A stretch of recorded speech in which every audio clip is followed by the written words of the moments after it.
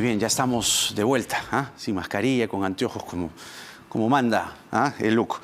Muy bien, vamos a conversar a continuación con, como lo anunciamos, con la presidenta del Congreso, Mirta Vázquez. Luego viene el analista político Oscar Díaz, para hablar de estos primeros nombres que ha lanzado Vladimir Cerrón, ¿no?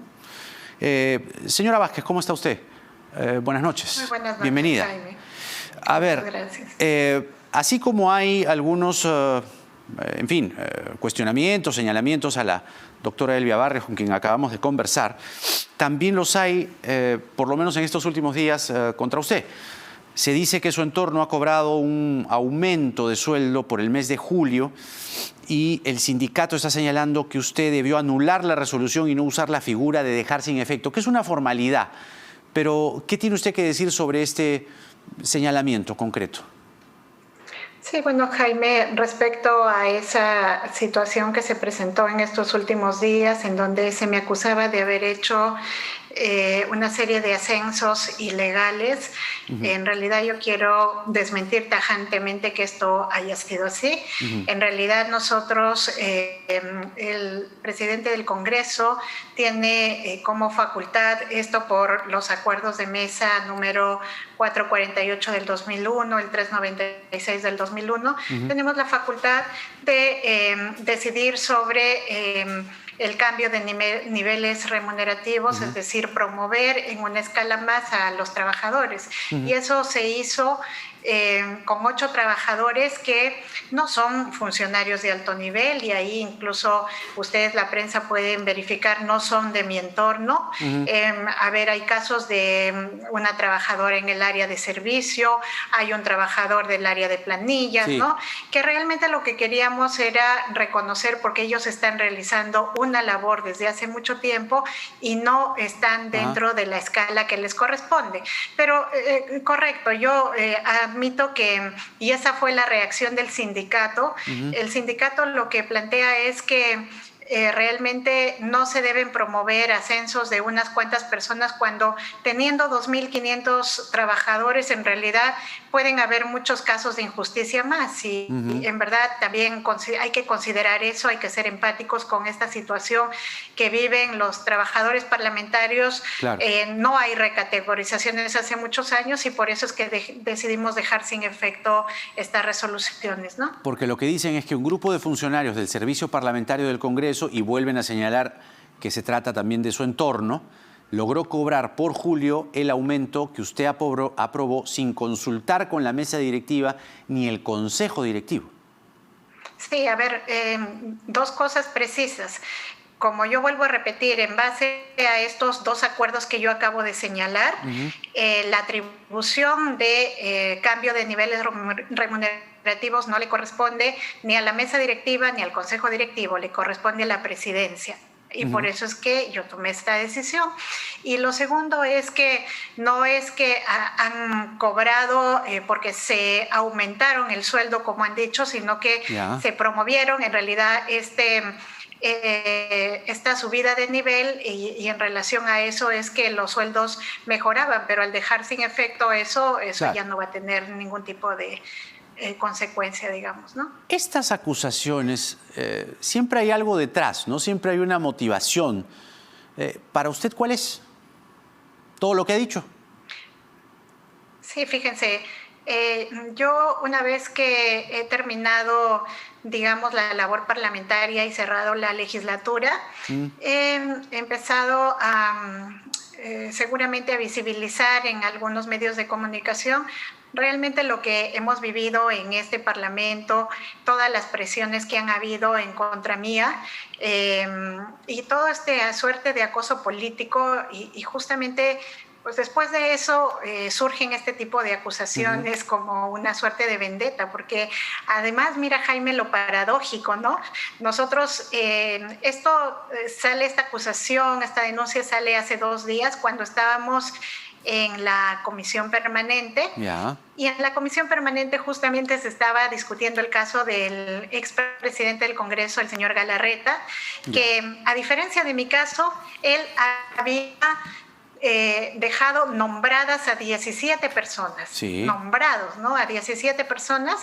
Y claro, esos nombramientos además se denuncian que son de personas que no cumplían siquiera con los requisitos. Y a mí me salen a denunciar y cuando... Es decir, ese día se decide archivar la denuncia contra Galarreta porque pues no la consideraron importante y a la vez salen a denunciarme a mí por haber promovido 8 ascensos de personas que realmente están, digamos, relegadas en sus labores, ¿no? Entonces ahí solamente lo menciono para señalar de que hay una incoherencia total de quienes denuncian. Ellos son los que blindan por un lado a un expresidente que realmente sí, al parecer, había cometido un exceso y en mi caso me están acusando por haber promovido ascensos de 8 personas que son trabajadores del Congreso, ¿no? Ajá. Entonces, claro, se acordó en la Comisión Permanente aprobar por mayoría o archivar por mayoría la denuncia constitucional contra Luis Galarreta, quien estaba acusado de cometer presuntas irregularidades en su gestión cuando fue presidente del Congreso. Y, claro, lo que usted está sugiriendo es que hay una, digamos, jugada en pared entre Galarreta y algunos congresistas. No, yo lo que digo es, y lo que muestro es esa incoherencia. Si hay todo un escándalo porque yo he promovido a trabajadores del servicio parlamentario, entonces, ¿por qué no se sanciona y por qué se archiva el caso de un expresidente que no es que estaba acusado de promover y subir la escala a los trabajadores, sino que estaba acusado de algo sumamente que sí suena bastante irregular, nombrar 17 personas que no cumplían con los requisitos, ¿no? Claro, suena bastante irregular también, no sé usted qué dirá, la carta que le ha enviado Luis Roel, segundo vicepresidente del Congreso, el 12 de julio, en la que señala que en su calidad de presidenta de la mesa directiva se sirva a aprobar la defensa y asesoría legal del suscrito, o sea, Roel, ante las eventuales acciones que puedan producirse como consecuencia de haber participado en la sesión plenaria de los días miércoles 7 y jueves 8 de julio, cuando quisieron elegir magistrados del TC y no pudieron. ¿Cómo es eso de que él tiene derecho a que el Congreso le pague abogados por si le cae una denuncia, que es lo más probable, o entre en la investigación de haber desacatado la resolución judicial que pedía suspender la elección de magistrados del TC? Bueno, ese es un pedido que yo he considerado que es improcedente por lo siguiente. Si bien es cierto, la ley Servir establece que para altos funcionarios se puede prever defensa legal cuando hay algún tipo de denuncia en relación a las funciones que ha, digamos, desempeñado. Es verdad también que el Parlamento está autoexcluido de la ley Servir. Para nosotros no funciona la ley Servir.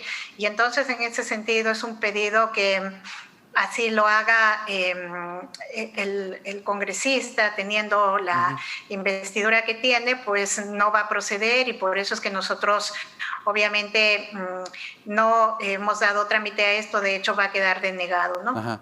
Pero, ¿tiene precedentes esto? Es decir, que él pida abogados cuando salga del Congreso porque desacató una resolución judicial. Sí, y además ahí, Jaime, ahí no hay precedentes, pero además el asunto es el siguiente, que el Ministerio Público, el Poder Judicial, está siguiendo una denuncia contra los parlamentarios que han desacatado una orden, y esa denuncia, si bien es cierto, el Parlamento va a tener que responder como Parlamento a eso, pero la defensa de cada uno de los parlamentarios que asumieron esa responsabilidad va a tener que asumirla cada uno, claro, ¿no? Eso es lo que corresponde. Así como cuando quisieron irse a los Estados Unidos a eventos que aparecieron por allí, había uno del señor, a propósito de la elección de magistrados, del señor Rolando Ruiz, que nos llamó la atención. En la mitad de junio, cuando se supone que estaban trabajando 24/7 para elegir magistrados del TC, pedía ir a un evento de emprendedores en los Estados Unidos, en Florida, ¿no? Al final, lo que querían era vacunarse, ¿no?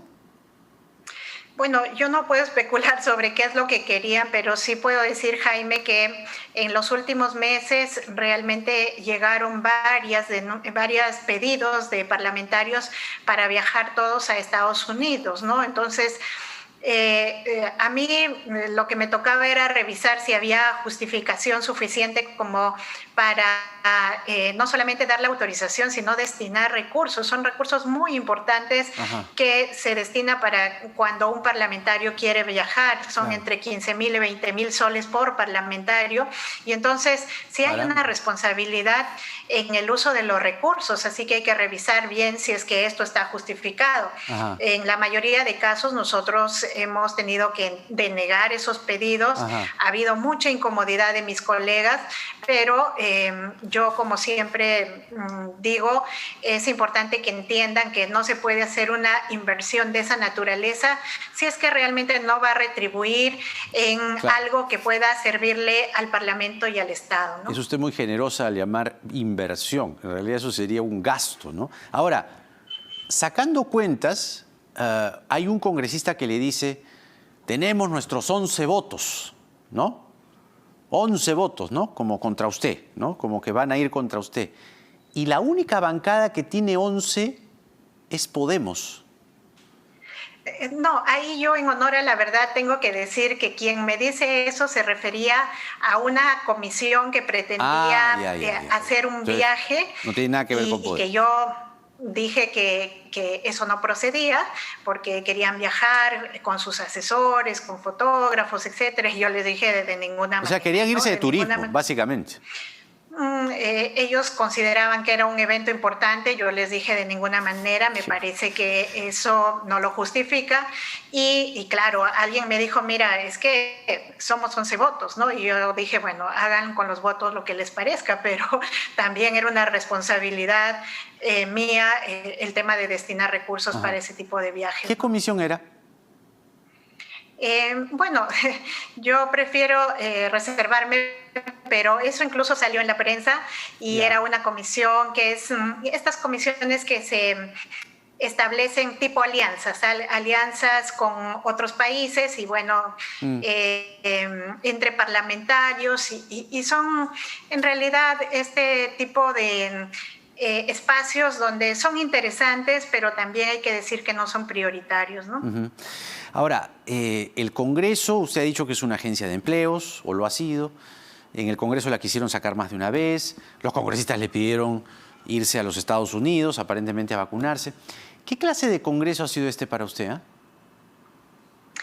Mira, Jaime, yo creo que si planteo y evidencio ese tipo de situaciones, es un poco para reflexionar no solo respecto al Parlamento y a este Parlamento. Yo creo que si se han hecho pedidos de esta naturaleza es porque hay una vieja concepción ya de que en el Congreso o en los espacios del Estado se tiene que ver pues estos espacios como espacios de privilegio, se los ve así, o al Estado como botín, y eso creo que hay que cambiar esa concepción, ¿no? Nosotros, incluso un parlamentario, no tiene que verse como una persona privilegiada, sino tiene que verse como un servidor público y tenemos que hacerles entender que además en esa posición tienen que ser muy responsables con sus acciones, ¿no? Oiga, ¿y usted qué va a hacer después del 28 de julio? Bueno, descansar un poco, ¿no? Descansar un poco porque creo que también es importante tomar distancia y un poco entrar a un proceso de reflexión después de todos estos momentos que hemos vivido. Yo he asumido un parlamento en situaciones muy difíciles, con crisis, ¿no? Y me da la impresión que también es importante parar un poco, mirar lo que pasó, reflexionar, sistematizar, porque si algún momento volvemos a asumir un cargo o una responsabilidad, hay que aplicar también lecciones aprendidas en este espacio, ¿no? ¿Qué nota le pone usted a su Congreso? Creo que no me corresponde ponerle una nota. Además, ¿qué nota se pone históricamente, tampoco me corresponde, creo que eso le corresponde a la población, ¿no? Le corresponde a la población mirar un poco cómo es que hemos actuado y cuánta responsabilidad y empeño le hemos puesto al encargo que nos dieron. Bueno, a manera de cierre, ya que usted está dejando el Congreso en estos días, mañana juran los nuevos congresistas y tratándose de su investidura, permítame terminar el programa, o terminar la entrevista, mejor dicho, con la secuencia que nosotros tenemos aquí que se llama ping pong. Yo le menciono una idea, un nombre, y usted me responde lo primero que le viene a la mente o lo primero que usted quiera decir. ¿Está de acuerdo? Correcto. Muy bien. A ver, la música. Cecilia García. Irresponsabilidad. Marta Chávez.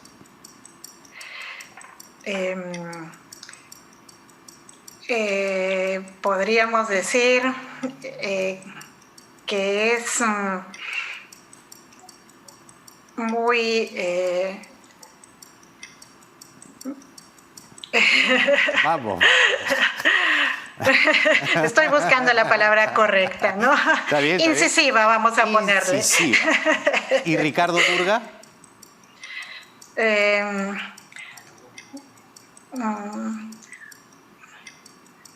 Poco responsable. Pedro Castillo. Esperanza. Keiko Fujimori.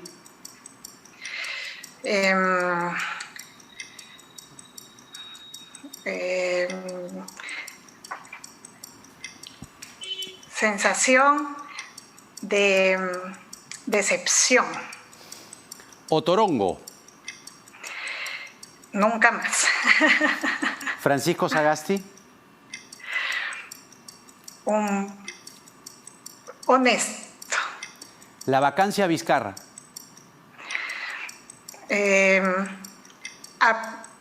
Inoportuna.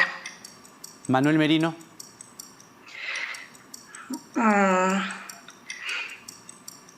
No representa. El futuro Congreso. Posibilidad de cambio. Mirta Vázquez, la presidenta del Congreso, con nosotros, pasando por el ping-pong. Muchas gracias. Que tenga usted muy buenas noches. Muchas gracias a ti, Jaime. Muy bien, Buenas hasta noches. la próxima. Buenas noches. Muy bien.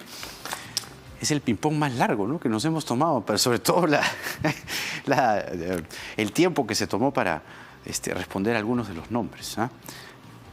La presidenta del Congreso con nosotros. Les decía, vamos a hacer la pausa y regresamos con el analista político Oscar Díaz para hablar de estos nombres que ha soltado el señor Cerrón hoy en el local de Perú Libre en Breña, cuando se dijo, y no lo dijo cualquiera, lo dijo el presidente electo, cuando era candidato, dijo: a Cerrón no lo van a ver ni siquiera de portero en ninguna de las instituciones del Estado.